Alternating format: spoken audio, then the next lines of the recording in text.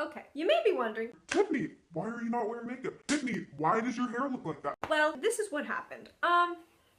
Number one, my life is an absolute mess. You wanna know why? I've lived through One Direction breaking up. I've lived through Donald Trump's presidency. Well, almost, you know, but like, anyway, I've lived through all of it and nothing has caused me as much pain as I feel right now. Basically, during the Oscars this year, everyone was talking about this movie called Call Me By Your Name. Absolutely legendary, breathtaking, life-changing. And I was never a movie person before this. I liked movies. I would go to the movie theater maybe once every 4 years, you know, the standard. I realized, you know what, Tiffany, if you're gonna go to college, you have to be cultured. So I went around and I basically decided to finally sit down and watch the movie of a lifetime, Call Me By Your Name. And this is what happened. May 23rd, 2018, 10:48 p.m. I watched the movie for the first time. Here's a collection of snapshots that I had saved for a time where I could finally share how this movie has legitimately ruined my life.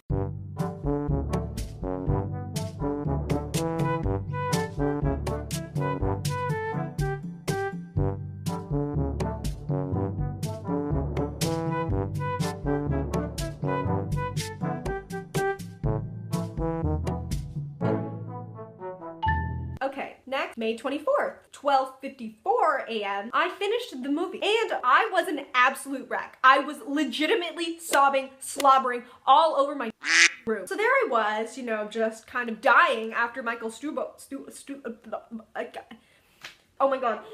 After I finished the movie, I was trying to obviously overcome the crap ending it had because I was literally sobbing my eyes out. That's not it. Even weeks after my adventure with Call Me By Your Name, I not only began to see how my life was crumbling apart every second of my life. I did not focus on this movie. Instead, I allowed every single cast member and crew member of that movie to direct the way my life has gone. Not only that, I legitimately bought the book. I bought the book. Not only that, on May 29th, 2018, when I had finished every single existing movie that had to do with any Call Me By Your Name relevance, I used my Amazon Prime, got this shipped in one day, obviously, because obviously I read it and I saved it because I was like, you know what? I have to prolong the life of the absolute majestic longevity of anything that has to do with this book or film for the rest of my life, or I might die, not even being dramatic. I read and sped through all of this, and I'm on San Clemente syndrome right now, the last part of the book, and I cannot bring myself to finish it. I legitimately cannot, because once I finish the book, it's gone forever. Until like 2020, which I found out they were making a sequel, and I absolutely lost it. I was on the floor sobbing for 3 hours straight. Anyway, this is one of the most artistic and majestic books I have ever read in my entire life, one of the most artistic